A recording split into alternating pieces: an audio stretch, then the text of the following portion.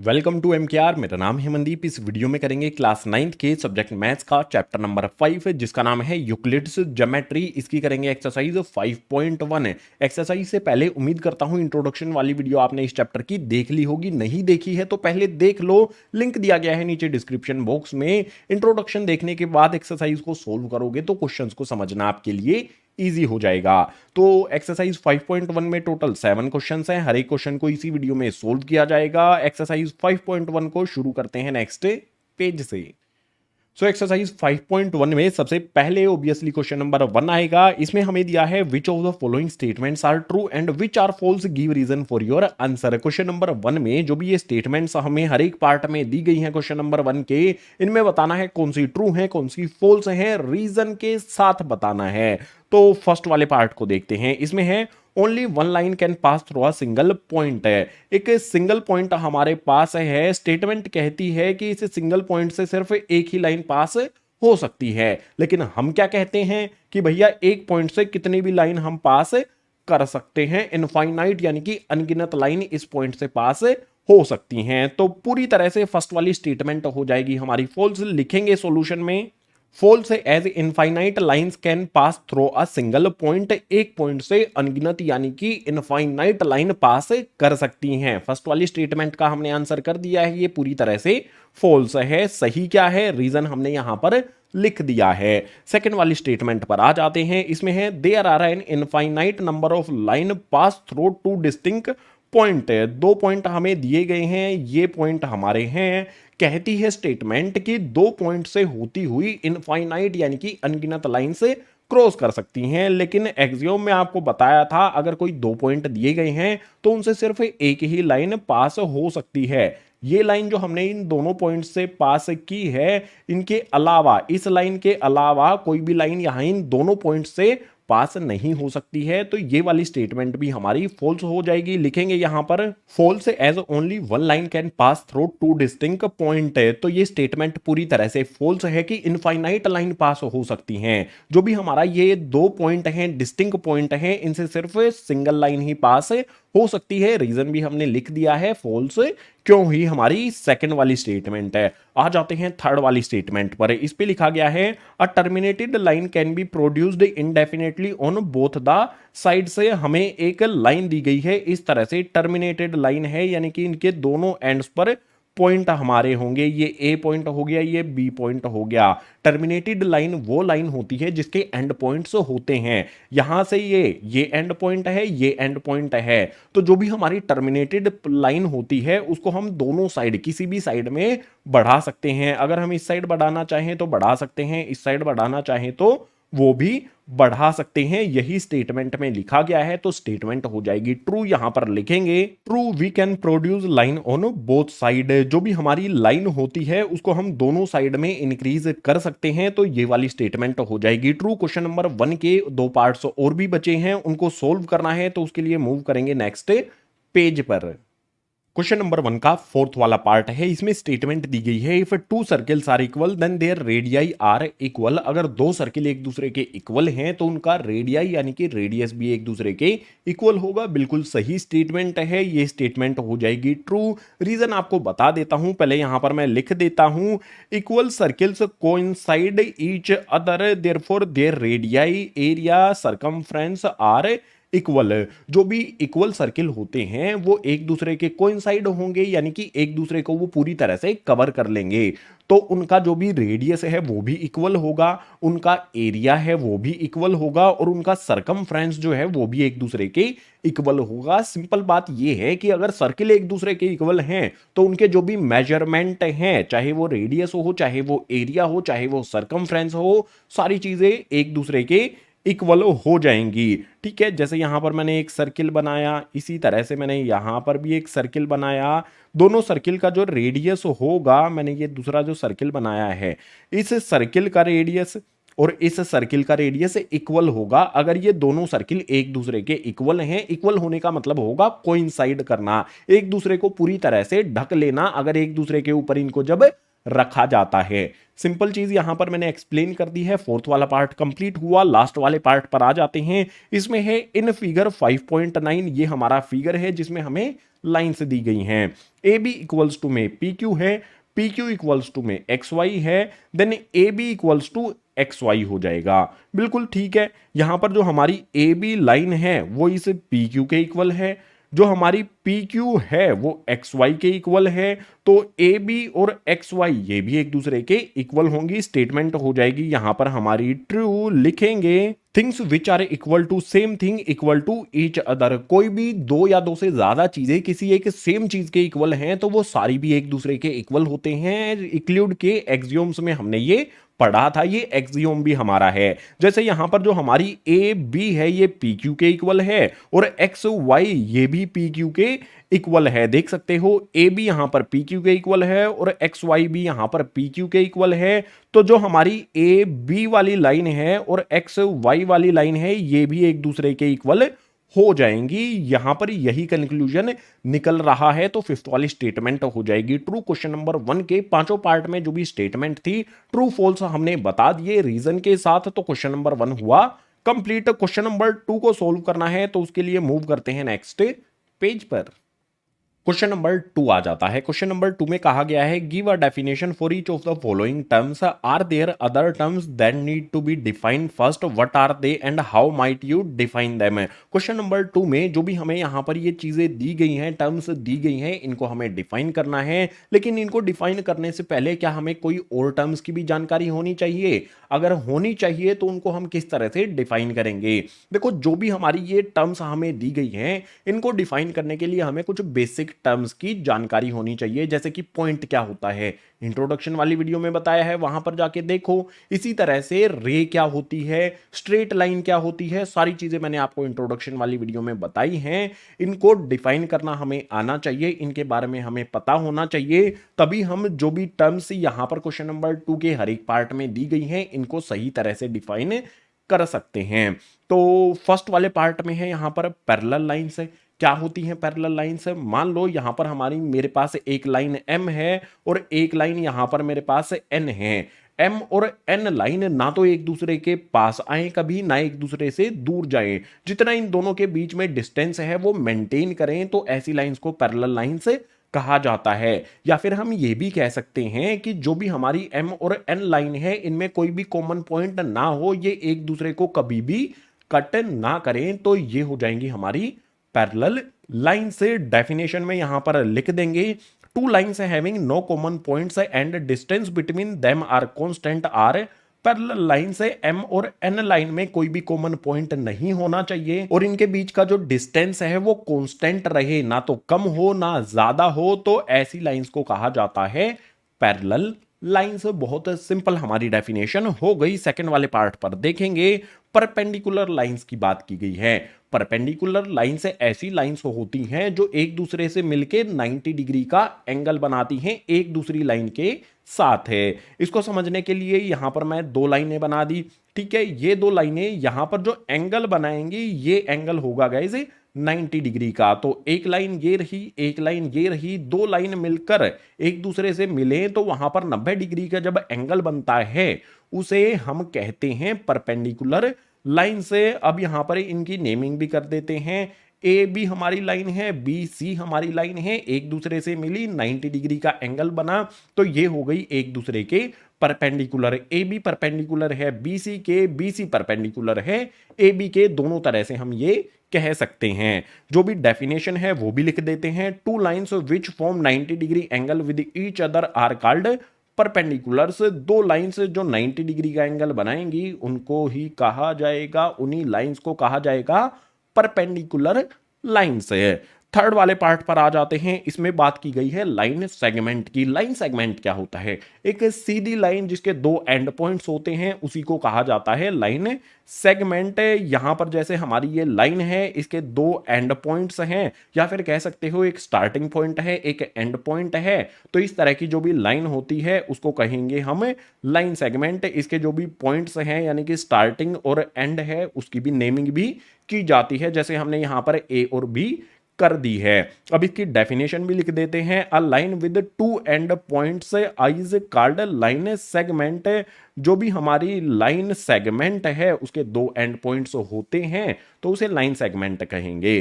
Simple simple question number 2 के कुछ जो भी टर्म्स इस वाले पेज पर हमें दी गई थी उनको हमने डिफाइन कर दिया है। कुछ टर्म्स और भी बची हैं उनको डिफाइन करने के लिए मूव करेंगे नेक्स्ट पेज पर। क्वेश्चन नंबर 2 का फोर्थ वाला पार्ट इस वाले पेज पर है। रेडियस ऑफ सर्किल क्या होता है ये हमें डिफाइन करना है। तो बहुत सिंपल, ये हमारा जो सर्किल है इस सर्किल का ये हो जाता है सेंटर। सेंटर से सर्किल की जो दूरी होती है इसी को कहा जाता है रेडियस ऑफ सर्किल।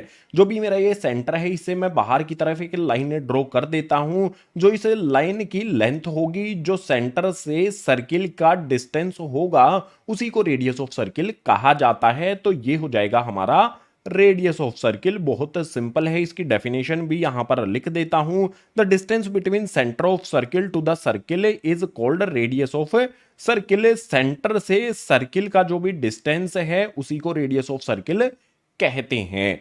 फोर्थ वाला पार्ट कंप्लीट हुआ। फिफ्थ वाले पार्ट पर आएंगे। इसमें हमें स्क्वायर को डिफाइन करना है। स्क्वायर क्या होता है? एक ऐसा क्वाड्रिलेटरल, क्वाड्रिलेटरल यानी कि ऐसा क्लोज्ड फिगर जिसकी चार साइड्स होती हैं। जैसे यहां पर ये है, इसकी टोटल चार साइड्स हैं, 1 2 3 और 4 साइड्स वाला क्वाड्रिलेटरल हमारा ये हो गया। ऐसा क्वाड्रिलेटरल जिसके इंटीरियर एंगल्स सारे के सारे 90 डिग्री के होते हैं। जो भी ये एंगल्स हैं सारे क्या हैं? 90 डिग्री के हैं। और ये क्वाड्रिलेटरल की जो भी साइड्स हैं वो भी इक्वल होनी चाहिए, इक्वल साइड्स होनी चाहिए और अंदर वाले सभी एंगल्स 90 डिग्री के हों तो उसे कहा जाता है स्क्वायर। इसकी डेफिनेशन में यहां पर लिख देंगे, अ quadrilateral with equal sides having each 90 degree angle is called square. ऐसा क्वाड्रिलेटरल जिसकी सारी की सारी साइड एक दूसरे के इक्वल हैं और अंदर वाले सभी एंगल से 90 डिग्री के हैं तो ये हो जाएगा हमारा एक स्क्वायर। जो भी क्वेश्चन नंबर 2 में हमें टर्म्स दी गई थी सभी को हमने डिफाइन कर दिया है। क्वेश्चन नंबर 2 हमने कंप्लीट कर लिया है। तो अब क्वेश्चन नंबर 3 सोल्व करना है, उसके लिए मूव करेंगे नेक्स्ट पेज पर। क्वेश्चन नंबर 3 आ जाता है। बहुत सिंपल सा क्वेश्चन है, आंसर इसका पहले से ही लिखा हुआ है, एक्सप्लेन आपके लिए कर देता हूं। इसमें कुछ कैलकुलेशन हमारी नहीं है, थ्योरेटिकल क्वेश्चन है। सो क्वेश्चन नंबर 3 में दिया है, consider two postulates given below. जो भी हमारा क्वेश्चन नंबर 3 है इसमें हमें दो पोस्टुलेट्स दिए गए हैं। अब यहां पर फर्स्ट पोस्टुलेट में कहा गया है, given any two distinct point A and B there exist a third point C which is between A and B. हमारे कोई ए और बी पॉइंट है, ये ए पॉइंट हो गया हमारा, ये बी पॉइंट हो गया, ये एक स्ट्रेट लाइन में है, इनके बीच में यहां पर कोई सी पॉइंट है। ठीक है, बिल्कुल सिंपल बात यहां पर की गई है इस वाले पोस्टुलेट में। इसके बाद यहां पर कहा गया है सेकंड वाले पोस्टुलेट में, there exist at least 3 point that are not on the same line है। अब कहा गया है कि एक 3 पॉइंट हमारे हैं, मान लो ये हमारा ए पॉइंट हो गया, ये हमारा बी पॉइंट हो गया और ऊपर की तरफ यहां हमारा सी पॉइंट हो गया। जो भी हमारे 3 पॉइंट हैं ये एक सीधी लाइन में नहीं है। मान लेंगे हमारे ए और बी, अगर हम इनको ज्वाइन करेंगे तो सी पॉइंट जो है वो हमारा लाइन पर नहीं आएगा। ये दो अलग अलग पोस्टुलेट्स हमें दिए गए हैं। तो इन पोस्टुलेट से रिलेटेड हमसे क्वेश्चन पूछे हैं, do these postulates contain any undefined terms, are the postulates consistent, do they follow from Euclid's postulate, explain. हमें यहां पर 3-4 सवाल पूछे हैं इन पोस्टुलेट से रिलेटेड, उन्हीं को आंसर करना है। तो सबसे पहले जो भी पोस्टुलेट्स दिए गए हैं क्या इनमें कोई अनडिफाइंड टर्म है? इसका आंसर हम करेंगे। जो पोस्टुलेट्स हैं उनको मैंने यहां पर एक्सप्लेन कर दिया है, कहा क्या गया है इनमें। तो आंसर हमें बेसिकली इसका लिखना होगा। तो सबसे पहले देखो, जो भी हमारे पोस्टुलेट्स हैं फर्स्ट वाला और सेकंड वाला ये अलग अलग डील होते हैं। यानी कि फर्स्ट वाले में सिचुएशन अलग है, सेकंड वाले में सिचुएशन अलग दी गई है। तो बिल्कुल ये पॉसिबल है, एक लाइन पर हमारा ए बी पॉइंट है और उनके बीच में सी पॉइंट है। एक सिचुएशन में हमें कहा गया है कि जो 3 पॉइंट है वो एक सीधी लाइन पर नहीं होने चाहिए, दोनों अलग अलग सिचुएशन है। तो दोनों सिचुएशन हमारी ये पॉसिबल हैं। अगर दोनों सिचुएशन पॉसिबल हैं तो ये कंसिस्टेंट होगा। बात करें अगर अनडिफाइंड टर्म्स की, जो भी हमारे ये पोस्टुलेट्स हैं इनको समझने के लिए हमें पॉइंट्स के बारे में पता होना चाहिए, लाइंस के बारे में पता होना चाहिए। तो यहां पर लिखा गया है, yes these postulates contain undefined terms such as point and line इसमें हमें ये नहीं बताया गया है कि पॉइंट क्या होता है, लाइन क्या होती है। अगर ये बता देते तो और अच्छी तरह से हम इनको समझ पाते। यानी कि ये कह सकते हैं इन दोनों पोस्टुलेट्स में अनडिफाइंड टर्म्स हैं जो कि पॉइंट और लाइन है। इसके बाद कंसिस्टेंट की बात करें, ये दोनों पोस्टुलेट कंसिस्टेंट हैं या नहीं, दोनों अलग अलग सिचुएशन है, दोनों सिचुएशन पॉसिबल हैं, तो हम कहेंगे these postulates are consistent because they deal with two different situations. ये अलग अलग सिचुएशन से डील करते हैं। सिचुएशन भी मैंने यहां पर बता दी है लेकिन उसको लिखना भी हमें पड़ेगा। तो situation as first says that given two point A and B there is a point C lying on the line in between them है।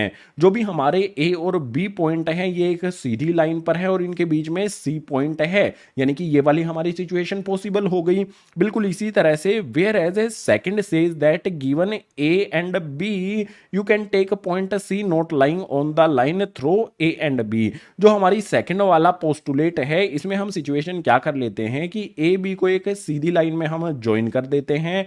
सी हमारा इस ए बी लाइन से अलग है, ये अलग है, इस ए बी लाइन पर नहीं है। तो ये सिचुएशन भी यहां पर आप देख सकते हो पॉसिबल हो रही है, तो कंसिस्टेंट हो जाएगा। रीजन भी हमने बता दिया है किस तरह से ये कंसिस्टेंट हुए हैं, दोनों अलग अलग सिचुएशन से डील करते हैं और सिचुएशन यहां पर आपके सामने लिख दी है। अब बारी आ जाती है क्या ये फॉलो करते हैं यूक्लिड के पोस्टुलेट्स का? बिल्कुल नहीं। यूक्लिड के 5 पोस्टुलेट मैंने आपको बताए थे इंट्रोडक्शन वाली वीडियो में। उन पोस्टुलेट का अभी तक हमने यहां इनको सोल्व करने में या इनको समझने में यूज नहीं किया है, ना उन पोस्टुलेट्स में इनसे रिलेटेड दोनों सिचुएशन से रिलेटेड कोई बात कही गई है। तो हम ये कह सकते हैं know these postulates do not follow from Euclid postulates है, ये यूक्लिड के पोस्टुलेट्स को फॉलो नहीं करते हैं। लेकिन However, they follow from the axiom, ये axiom फॉलो करते हैं। सबसे पहला वाला axiom क्या था?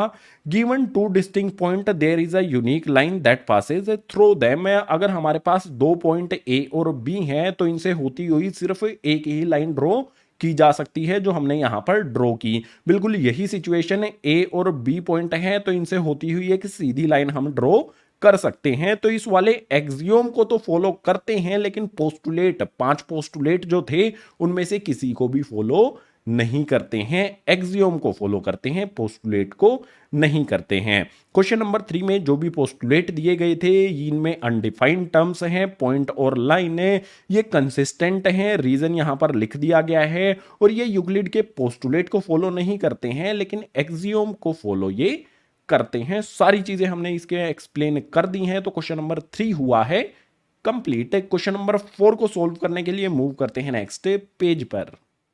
क्वेश्चन नंबर 4 आ जाता है। क्वेश्चन नंबर 4 में कहा गया है if a point C lie between two points A and B such that A C equals to में B C then prove that A C equals to half of A B explain by drawing the figure. Question number 4 में जो भी situation दी गई है उसका हमें एक तो फिगर बनाना है, उसको फिगर बना के एक्सप्लेन करना है। इसके अलावा हमें क्या कहा गया है कि ये भी कोई लाइन है, उसके बीच में कहीं सी पॉइंट है, ए सी और बी सी एक दूसरे के इक्वल हैं। हमें ये प्रूव करना है कि ए सी बराबर है 1/2 ए बी के, ये हमें प्रूव करना है। तो सबसे पहले क्या करें, फिगर बनाएं ताकि हमें समझ में आए सिचुएशन क्या है, उसको किस तरह से फिर हमें सोल्व करना है। सिचुएशन को फिगर से शो करने के लिए सिंपल एक सीधी इस तरह से लाइन बना लेंगे। ये हमारा ए पॉइंट हो गया, ये हमारा बी पॉइंट हो गया। ए और बी के बीच में क्या है, सी पॉइंट लाई करता है, तो इसके बीच में ये वाला पॉइंट हो जाएगा हमारा सी। इसके बाद क्या कहा गया है कि ए सी और बी सी, ए से सी उसके बाद बी से सी, ये वाली लाइन ए सी और बी सी एक दूसरे के इक्वल हैं। ये हमें गिवन है तो लिख लेते हैं ए सी इक्वल्स टू में बी सी, ये हमें गिवन है। हमें प्रूव करना है कि ए सी इक्वल है 1/2 ए बी के। तो बहुत सिंपल वे में आपको एक्सप्लेन करूं मैं। देखो गाइज, जो भी हमारा ए सी है और बी सी है इसमें दोनों तरफ हम एक चीज ऐड कर देते हैं। दोनों तरफ दो हमारी इक्वल चीजें हैं, इनमें दोनों तरफ हम एक ही चीज ऐड करेंगे, इक्वल ही चीज ऐड करेंगे, तो ये एक दूसरे के इक्वल ही रहेंगी ऐड होने के बाद भी। सिंपल सा एक्सियोम हमने पढ़ा था ना। तो मैं इस साइड में जो हमारा ए सी है उसको एज इट इज लिखता हूं और जो मेरा बी सी है इक्वल का साइन लगा के उसको भी एज इट इज लिखता हूं। इस साइड में मेरा AC है, इस साइड में BC है, दोनों एक दूसरे के इक्वल हैं, तो इनमें मैं ऐड करता हूं दोनों तरफ। इस तरफ भी मैं ऐड कर देता हूं AC, और इस तरफ में भी ऐड कर देता हूं मैं AC। दोनों तरफ मैंने इक्वल वैल्यू ऐड की है, AC इधर ऐड की, AC इधर ऐड की, तो जो भी रिजल्ट आएगा उसमें ये एक दूसरे के इक्वल ही रहेंगे। AC प्लस में AC करेंगे तो ये हो जाएगा हमारा गाइज 2AC। इसके बाद इक्वल्स का साइन लगा करके जो भी हमारा BC प्लस AC है इसको किस तरह से ऐड करेंगे, इसको ऐड करने के लिए फिगर को देखो। देखो गाइज, B से C ये हमारा BC है, B से C ये वाली लाइन हो गई, उसके बाद A से C ये वाली लाइन हो गई। अगर मैं BC यानी कि यहां से यहां तक और उसके बाद A से C ये ऐड कर दूं तो मेरी ये पूरी लाइन बन जाती है। पूरी लाइन का नाम क्या है? पूरी लाइन हमारी है AB। अगर AC और BC दोनों को ऐड करता हूं तो मेरी पूरी लाइन बन गई है AB। इसको हम इस तरह से लिख देंगे। अब मुझे ये प्रूव करना है ना, तो इस 2 को मैं दूसरी तरफ शिफ्ट करूंगा। इस तरफ मेरा बचेगा AC इक्वल्स टू में आ जाएगा मेरा AB। यहां पर 2AC के साथ कैसे है? दोनों के बीच में कोई भी साइन नहीं है, इट मीन्स मल्टीप्लाई में है। दूसरी तरफ शिफ्ट करेंगे तो ये हो जाएगा हमारा डिवाइड में। अब मैं इसको इस तरह से लिख सकता हूं AC इक्वल्स टू में 1/2 AB। जो भी हमारा ऊपर 1 है ये हमने अपनी तरफ से लिख लिया है, ऊपर 1 और नीचे 1 हम अपनी तरफ से लगा सकते हैं। तो AC इक्वल्स टू में 1/2 AB। क्या हमें यही प्रूव करना था? बिल्कुल यही प्रूव करना था, कर दिया है। तो क्वेश्चन नंबर 4 हुआ हमारा कंप्लीट। क्वेश्चन नंबर 5 अभी भी है, तो उसको सोल्व करने के लिए मूव करते हैं नेक्स्ट पेज पर। क्वेश्चन नंबर 5 आ जाता है। क्वेश्चन नंबर 5 में कहा गया है, in question 4 point C is called a mid point of line segment AB। Prove that every line segment has one and only one mid point. Question number 5 में जो भी हमें क्वेश्चन दिया गया है वो क्वेश्चन नंबर 4 से रिलेट करता है। क्वेश्चन नंबर 4 में जो भी हमारा लाइन सेगमेंट AB था उसका मिड पॉइंट C है। तो क्वेश्चन नंबर 5 में हमें ये प्रूव करना है कि जो भी हमारा लाइन सेगमेंट होता है उसका सिर्फ इकलौता मिड पॉइंट होता है, एक ही मिड पॉइंट होता है। प्रूव करना थोड़ा सा कॉम्प्लिकेटेड आपको लगेगा, लेकिन इजी वे में कराना मेरा काम है। तो सॉल्यूशन में आप देखो, जो भी हमारी AB लाइन सेगमेंट हमने पीछे वाले क्वेश्चन में बनाई थी उसका मिड पॉइंट C हमने बना दिया था।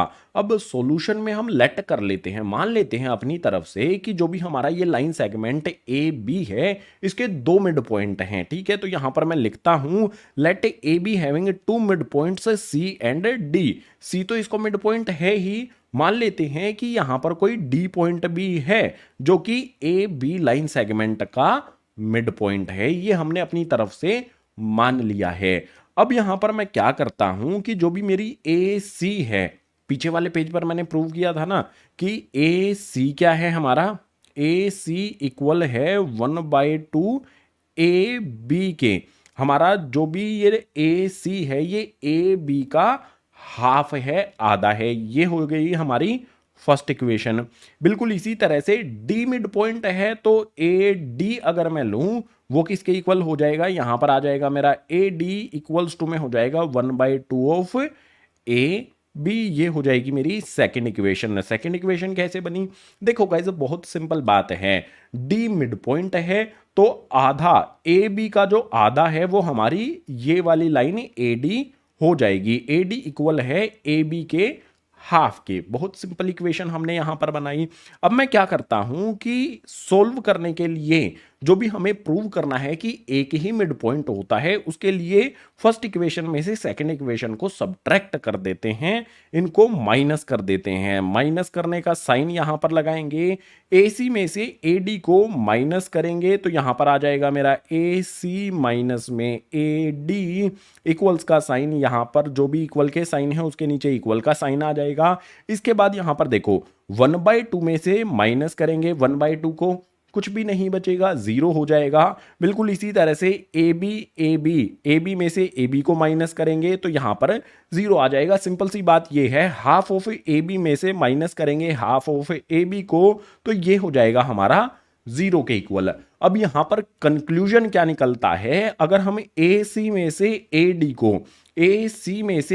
डी को माइनस करें तो रिजल्ट मिलता है जीरो। यानी ये कहा जा सकता है जो हमारा ए सी और ए डी लाइन है इनके बीच में तो कोई डिफरेंस ही नहीं है, दोनों सेम लेंथ की हैं। यानी कि सी और डी पॉइंट हमारे कोइंसाइड हैं, सी और डी पॉइंट एक दूसरे के ही ऊपर हैं, वो अलग अलग नहीं हैं। तो ये प्रूव हो जाता है इस वाली सिचुएशन से। हमने तो माना था कि दो पॉइंट हैं, लेकिन कैलकुलेशन करने के बाद पता चलता है कि जो दो पॉइंट हमने माने थे वो अलग अलग हैं ही नहीं, वो दोनों पॉइंट एक ही जगह पर हैं। यानी कि डी पॉइंट जो हमने यहां पर बनाया था असल में वो डी पॉइंट यही यहां पर ही है जहां पर हमारा सी पॉइंट है, क्योंकि इनके बीच का ए सी और ए डी लाइन के बीच का डिफरेंस बिल्कुल जीरो है। ये ए सी और ए डी हमारा बिल्कुल सेम निकल के आता है। तो यहां पर लिख देंगे therefore C and D coincide. जो भी हमारा सी और डी है वो कोइंसाइड है, यानी कि एक ही पॉइंट है, एक दूसरे के ऊपर ही वो पॉइंट हमारे हैं।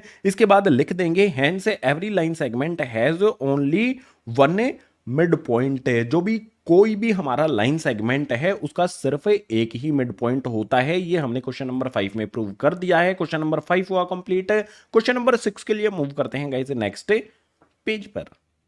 क्वेश्चन नंबर 6 आ जाता है। क्वेश्चन नंबर 6 में हमें फिगर दिया गया है, तो यहां पर कहा गया है इन फिगर 5.10, ये हमारा फिगर 5.10 है। If A C equals to में B D then prove that A B equals to में सी डी। अगर ए सी इक्वल है बी डी के, ये हमारा ए से सी है, ये ए से सी बी से डी जो हमारी लाइन है इसके इक्वल है। हमें प्रूव करना है ए बी और सी डी, यानी कि ए बी और सी डी ये एक दूसरे के इक्वल हैं। बहुत सिंपल है, दो लाइनों में खत्म कर देंगे इसको। यहां पर देखो जो भी हमें गिवन है ना उसको देखना है। ए सी इक्वल्स टू में बी डी हमें गिवन है, ये हमारा ए सी इक्वल्स टू में बी डी ये तो हमें दिया ही गया है, ये हमने लिखा है। अब सॉल्यूशन की पहली लाइन में क्या करेंगे, देखो ध्यान से देखना है आपने। ए से सी की बात की गई है, ये हमारा ए सी है ना, ए से सी है। ये लाइन जो है बनी कैसे है, अगर हम ए बी जमा में बी सी करें, ए सी को मैं कैसे लिख सकता हूं, ए बी प्लस में बी सी। ठीक है, यहां पर ए सी है, यानी कि ए बी और बी सी दोनों को ऐड करने पर हमारा ए सी बनता है। तो ए सी को मैं इस तरह से लिख सकता हूं, तो लिख दिया मैंने, इक्वल्स का साइन एज इट इज आ जाएगा। उसके बाद जो भी मेरा ये बी डी है ये कैसे बना है, बी सी प्लस में सी डी से बना है। तो जो भी मेरा ये वाला बी डी है इसको मैं इस तरह से लिख सकता हूं, बी सी प्लस में आ जाएगा यहां पर सी डी। सिंपल वे में हमने यहां पर एक लाइन में ए सी को हमने लिख दिया ए बी प्लस में बी सी, उसके बाद बी डी को हमने लिख दिया बी सी प्लस में सी डी। फिगर को देख के हमने ये लिख दिया है। अब यहां पर देखो इस साइड में भी BC है, इस साइड में भी BC है। अगर इस BC को मैं इस तरफ शिफ्ट कर दूं तो यहां पर हमारा क्या होगा, AB प्लस में BC, ये तो एज इट इज आ जाएंगे। ये वाला BC प्लस में है, इस तरफ शिफ्ट करूंगा तो ये हो जाएगा माइनस का BC इक्वल्स टू में हमारा बचेगा क्या, ये वाला BC हमने इस तरफ शिफ्ट कर दिया, यहां पर अकेला बच गया CD। इसके बाद देखो यहां पर आप AB हमारा एज इट इज आएगा, उसके बाद BC में से BC को माइनस कर देंगे, जीरो हो जाएगा। ये जीरो हो गया तो सिर्फ इस साइड में सिर्फ हमारा AB आएगा, इक्वल्स का साइन लगा करके CD हमारा एज इट इज आ जाएगा। अब आप देखो क्या हमें यही प्रूव करना था कि AB इक्वल है CD के, हमने यही प्रूव करना था क्वेश्चन नंबर 6 में, कर दिया। सिंपल सा क्वेश्चन नंबर 6 कंप्लीट हुआ। एक्सरसाइज 5.1 का लास्ट यानी कि क्वेश्चन नंबर 7 अभी बचा है, उसके लिए मूव करते हैं नेक्स्ट पेज पर। एक्सरसाइज का लास्ट यानी कि क्वेश्चन नंबर 7 पर आ जाते हैं। क्वेश्चन नंबर 7 में कहा गया है why is axiom number 5 in the list of Euclid axioms considered as a universal truth, note that the question is not about the fifth postulate. Question number 7 में जो axiom number 5 हमने पढ़ा था, introduction वाली वीडियो में मैंने एक्सियोम्स आपको बताए थे। जो पांचवा एक्सियोम है वो यूनिवर्सल ट्रुथ, उसको यूनिवर्सल ट्रुथ कहा जाता है। तो उसी के बारे में हमें एक्सप्लेन करना है, उसको यूनिवर्सल ट्रुथ क्यों कहा जाता है। और यहां पर ध्यान रखना है आपको, यहां एक्सियोम नंबर 5 की बात की गई है। पोस्टुलेट और एक्सियोम्स अलग अलग मैंने इंट्रोडक्शन वाली वीडियो में बताए हैं, इसीलिए मैंने आपको कहा था इंट्रोडक्शन वाली वीडियो देखना जरूरी है। लिंक डिस्क्रिप्शन बॉक्स में दिया गया है, नहीं देखी है तो जरूर देख लेना। अब जो एक्सियोम नंबर 5 है वो कहता क्या है, उसमें स्टेटमेंट दी क्या गई है। सॉल्यूशन में सबसे पहले उसी को लिख देता हूं। स्टेटमेंट है उसकी एक ये वाली line, the whole is greater than the part. जो भी होल है यानी कि सारा का सारा है, वो उसके पार्ट से हमेशा बड़ा होता है। बहुत यूनिवर्सल ट्रूथ है ये तो। It is true for anything in the world, hence it is universal truth. ये हर चीज पर लागू होता है, इसीलिए इसको यूनिवर्सल ट्रुथ कहा गया है। ये किसी भी चीज पर अप्लाई कर दो, पूरी दुनिया में किसी भी चीज पर अप्लाई करेंगे तो ये हमेशा ट्रू ही रहेगा। एग्जाम्पल दे दूंगा तो अच्छी तरह से समझ पाओगे। इंट्रोडक्शन वाली वीडियो में भी मैंने आपको एग्जाम्पल लिया है। जैसे यहां पर हमारे पास ये एक सर्किल है, ये सर्किल का अगर मैं छोटा सा कोई पार्ट कट कर लूं, छोटा या बड़ा कोई भी पार्ट मैं कट कर लूं, ठीक है, ये वाला पार्ट मैंने इस तरह से कट इसका कर लिया। ये वाला जो पार्ट मैंने कट किया है, ठीक है, इसको अलग से यहां पर बना देता हूं। जैसे यहां पर मैंने इसको एक अलग सा पार्ट जो मैंने सर्किल का कट किया है, ये वाला पार्ट मैंने सर्किल का कट कर लिया। अब इस पार्ट को मैं पूरे सर्किल से अगर कंपेयर करूं तो बड़ा कौन सा होगा। हमेशा जो होल है यानी कि बड़ा है, जिसका पार्ट जिसमें से वो हिस्सा लिया गया है, वो पार्ट होल जो है वो हमेशा बड़ा होता है। ठीक है, जिसमें से भी हिस्सा लिया जाता है अगर हम उससे कंपेयर करेंगे तो वही हमेशा बड़ा होगा जिसमें से लिया गया होता है। ठीक है, इसका कोई भी बड़ा पार्ट भी करेंगे, उसके बाद पूरी वैल्यू से इसको कैलकुलेट करेंगे तो हमेशा यही बड़ा रहेगा। इसीलिए यहां पर मैंने ग्रेटर देन का साइन लगा दिया है। Whole is greater than its part, ये है एक्सियोम नंबर 5। क्वेश्चन नंबर 7 में हमने इसको एक्सप्लेन कर दिया है कि इसको यूनिवर्सल ट्रूथ क्यों कहा जाता है, क्योंकि दुनिया में उपस्थित सभी वस्तुओं पर ये सत्य साबित होता है। सो क्वेश्चन नंबर 7 कंप्लीट हुआ तो एक्सरसाइज 5.1 भी कंप्लीट हुई। उम्मीद करता हूं एक्सरसाइज 5.1 के सभी क्वेश्चन आपको समझ आए होंगे। अगर आए हैं तो वीडियो को लाइक कर देना, अपने क्लासमेट्स के साथ शेयर कर देना। जितने भी नए स्टूडेंट्स हैं चैनल को सब्सक्राइब कर लेना। क्लास 9 से रिलेटेड जो भी एजुकेशनल वीडियोस हैं इसी तरह से चैनल पर आती रहेंगी। इसके अलावा जो भी इस चैप्टर की अदर वीडियोस हैं, इंट्रोडक्शन वाली या फिर एक्सरसाइज वाली, सभी के लिंक आपको नीचे डिस्क्रिप्शन बॉक्स में दिए गए हैं। सभी को देख लेना और अच्छी तरह से समझ लेना। सो इस वीडियो में इतना ही, मिलूंगा आपसे इसी तरह की नेक्स्ट एजुकेशनल वीडियो में।